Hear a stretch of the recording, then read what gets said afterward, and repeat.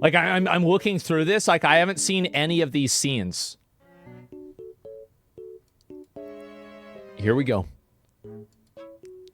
Armada Special. It's what the pirates eat when they come to port. This is too rich for me. Perhaps you could prepare some vegetables. Fine. Here, vegetables. So, I'm non-binary. Huh? What does that mean? I had big fingers. That means I don't feel like a man or a woman. If you are neither a man nor a woman, then what are you? I'm a dragon slayer. Non-binary.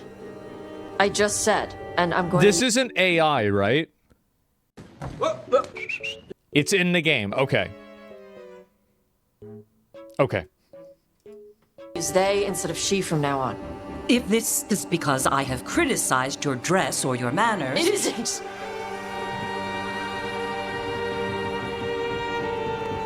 Under the Cune, the term for one whose gender does not match the one given to them at birth was a cunithlock.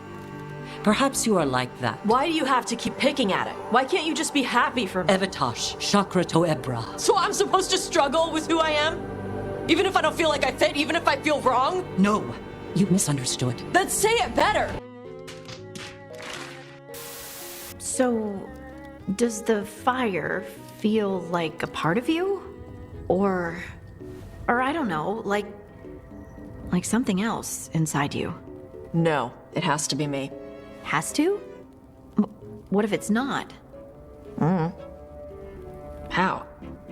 Sometimes the stone magic feels like something else in me. It's me, but it's not me. You know? Nah.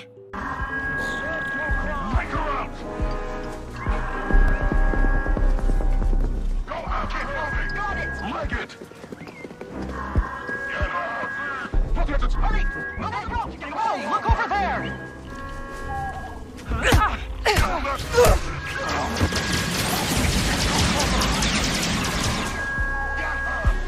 We're pinned down!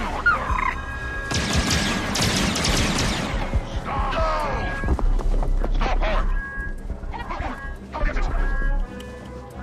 Don't get down! Keep shooting! We can do The this! exit! Go on,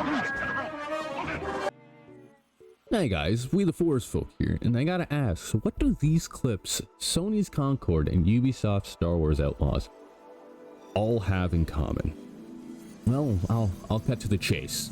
They're all fundamentally flawed games, and I'm not just talking about bad storytelling or limited gameplay and worlds that should be all about choices and freedoms. No. These games are designed specifically for one goal in mind, and that's an unapologetic purpose they have. That purpose, though, is just to solely take your money, whether it be through cheap means of providing a garbage story or appearing to be something it is not entirely. Power and money. Is that what this was all about? I'm afraid it's a little more complicated than that, Eddie. And now look, I get it. Fundamentally, games are products designed to make money, be very profitable. As we know as gamers ourselves, you know. But here's the kicker. When profit is the only driving force, especially in established franchises or new IPs blatantly created as cash cows, it's no wonder these games are failing. They're falling flat on their face. I gotta ask, when did we become okay with this as consumers? With just happening? When this is supposed to be an art form? When did we decide these studios could just turn out mediocrity and call it innovation? Why aren't we demanding accountability for the people at the top here? The point I'm trying to make here is the people making our games are not the people that should be making our games. Well, for the most part, they shouldn't. They're people that do not care about you or me or the other guy. playing these games or the worlds that were created previously by these creators. From 2024 left-wing Ivy League politics into Mario, because that's what I want in a game that I use to escape from my shitty 9 to 5. Like, is that really that controversial an opinion? Of course it's not, man. Like, the issue, and this is something I actually do believe, I actually don't think that gamers have a problem with any sort of, like multicultural stuff at all. I think there's, like, always going to be, you know, a subset of, like, angry people that are mad about everything or something, right? Like, you know, somebody's going to be mad about everything. But ultimately, I think if there was a game that came out that was, like, really, really good, like, let's say, I don't know, of, like, Hannibal, right, from back in the day, or like Shaka Zulu, or somebody, like, anybody from, like, maybe Africa, or, like, South America, anything like that would go so fucking hard, people would love it. Yeah, Mansa Musa, yeah, exactly, like, people would love this shit. It's just like, yeah, exactly, right? Yeah. Just make the character good? Yeah, and make it authentic. Not the executives, not people like Bobby Cockdick, who get hit with layoffs, closures, or pay cuts. No, the people at the top are the people that still keep going and producing these shitty games. Originally, this video was going to solely focus on Ubisoft and the looming potential Tencent takeover, which is casting a huge shadow of uncertainty over the company as it is. But as more details unfold, especially with Assassin's Creed Shadows debacle, it becomes painfully clear that this isn't a one company problem. It's endemic. It's the entire industry. Or so they'd like you to believe. Take Assassin's Creed Shadows, for instance. I've been informed that they showed off Yasuke gameplay today in Assassin's Creed Shadows, and that when he fights, there is a hip-hop soundtrack only for him.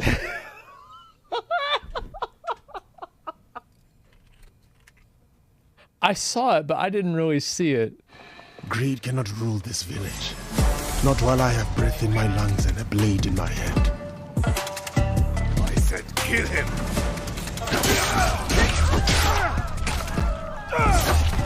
Brought to you by... You get in a car with them, they turn on the hip-hop channel, and then they look at you. This one's for you. Who do you think you are? Oh my god, bro. Oh, yeah. I mean, what else would there be? That's really something special, man. Constant backlash, poor management decisions, budget cuts constantly. You name it. It's all on display here. Every problem that you could imagine to be plaguing a studio or a game is in the works right now. I say this as someone who used to love games from these studios. I played Assassin's Creed 2 with my brother back when it came out all the way in 2008, 2009. But now this studio, plagued by controversy after controversy and layoff after layoff, as we have seen at the start of this year and the end of last year. Meanwhile, these executives at the top are raking in profits, untouched and unaccountable for the disasters they have left behind. It's infuriating. How are these people not being held accountable for the actions that they are taking to drive these companies into the ground and lose good favor among the public? Critics that discuss the media do not get to decide what people care about. And that's really where the problem is. It's that the people that are in these traditional positions of power with like their ability to talk about media and have an opinion on media that is elevated over an average person's, the internet has effectively turned this around. And so now people don't care about the opinions of critics. They don't care about the opinions of these websites and these publications because they view them as biased and unfair. And what happens is that the end user, the ultimate customer, is the only person whose opinion that matters. So if you bring out a game and that game doesn't resonate with audiences, you can call the audience racist. You can say that they hate women. You can say that they're homophobic. But at the end of the day, that's not going to make them buy the game. And if you don't buy the game, your studio goes out of business. And when you look across the globe, and we just switch perspectives from here in the West, it's like watching night and day, essentially, at this point. Studios and publishers like FromSoft, Capcom, Bandai Namco, and even Sega, more than I can count over in the East there, have hit record high sales and have seen insane market growth. They are some of the most beloved and popular studios at this time. And here's what makes it even more impressive. This isn't because they're leaning on gacha mechanics. I mean, some companies are, let's be honest here. Or mobile cash grabs. Even if you take gacha games out of the equation just for a moment, these companies are thriving. They're putting out polished, sustainable games. They aren't just willy-nilly throwing out cash grabs. They're actually meeting players' expectations, desires, and a lot of the time blowing them away, all the while still providing a quality product. What are they doing? Well, it's simple. They're just putting players first, delivering experiences that feel whole, complete, and honestly worth the price tag. Not everyone has $60, $70, hell, even $90 over here in Canada to be buying brand new games. So these purchases that people make are very limited during the year. And I understand that. Oh, I understand that. And yes, they're making tons of money along the way. Buttloads of money. But they're also giving players the quality that they want, the stories they want, even if that includes gender, diversity, and inclusion. DEI isn't inherently a bad thing, but it used to be a general thing that was included in games without question, without it being a checkbox for these people to check off, simply to make profits. Meanwhile, in the West, though, well, it's not a good story. But if you're still not convinced, I'll take a simple look here at the most two recent RPGs that came out in most recent memory for people that perfectly illustrate this divide. EA's latest installment in the beloved Dragon Age franchise of the Veilguard versus Sega's new RPG, Metaphor ReFantazio, a brand new series and new IP. Literally no legs. Now, both of these games are marketed as RPGs, albeit one's an action RPG and the other is a turn-based. That actually supports this point here more than anything. Each of them drops you into a sprawling fantasy world where you're supposed to go on an epic adventure. Well, but the difference, it's quite staggering. A Metaphor ReFantazio invites you like a guest, ushering you into a world brimming with imagination, storytelling. How long before we're overrun? You can only blame your king's weakness. And thus, who deserves his crown? A man of proven strength! How dare you, scoundrel! Your words verge on treason! Against what ruler, Blueblood? The dead cannot be betrayed. He's so badass. Let your late king's soul bear witness. Let Louis Squeerburn be named the true and rightful ruler of Uchronia. No future exists without the power to eliminate the human crisis. Those who stand at my side, who oppose the powers that be, my protection is yours. Or refuse my hand and perish. I will lead us over your corpses. You mean, just as you killed the king? A country is heavier than a crown, and he could not bear it. Retribution past due. Each character is compelling, the visuals are stunning, and the whole experience feels like a labor of love. A project made for fans of the genre to savor, not rush through this experience. You can tell the developers poured their heart into this game. In contrast, the Veilguard feels like the opposite. Instead of being a welcome guest, you're more like a prop. Just another cog in a narrative machine that moves other poorly written props along in a story that thinks it knows what an RPG should be. So I was doing like the what's the word for it? Like the reputation quest line for Hulkenberg in Metaphor. And then the day after that I played Dragon Age. And it was like going from eating a Wagyu steak to eating a wheelbarrow full of dicks. The world feels predefined, and every dialogue choice or branching path quickly collapses into the same results. No! No, don't do it! But I think I need a break. Maybe take a nap and I can finish later.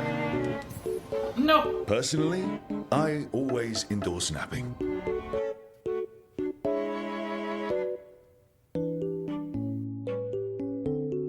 Worse yet, it's almost condescending the entire time.